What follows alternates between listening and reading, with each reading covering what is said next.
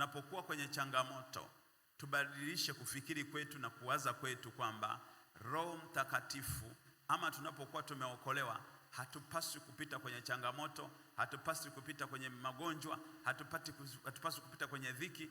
Hiyo tunapaswa kupita ili Mungu aendelee kutuimarisha imani tulionayo katika Kristo Yesu.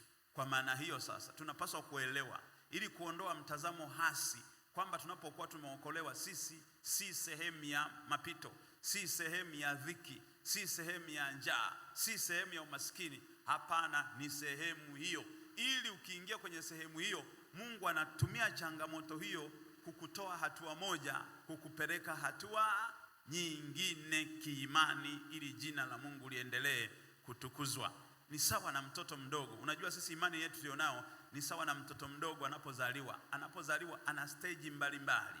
Kile kipindi ambacho mtoto anataka kuota meno, wasiojua wale wasiojua kulea, ndio mara yao ya kwanza, itampa shida sana. Anakuwa anaharisha sana. Walio wazoefu watakwambia, huyu bwana wewe mwache tu, huyu kuna dalili ya kuota meno. Lakini dalili ya kuota meno inamfanyaje? Inamfanyikia yeye kuanza kuharisha ama kuchemka sana, kuwa na homa kali. Kumbe wanakuambia, wataalamu wanasema huyo anataka kuota meno huyo. Unaona, lazima mpitishe kwenye changamoto fulani ili kumtoa stage moja kwenda stage nyingine. Na Mungu wetu ndivyo alivyo. Anaweza akaachilia magonjwa kwako, anaweza akaachilia dhiki kwako, anaweza akaachilia njaa kwako, lakini hiyo yote inalenga kukuimarisha wewe unapoendelea kukua kutoka imani kwenda imani.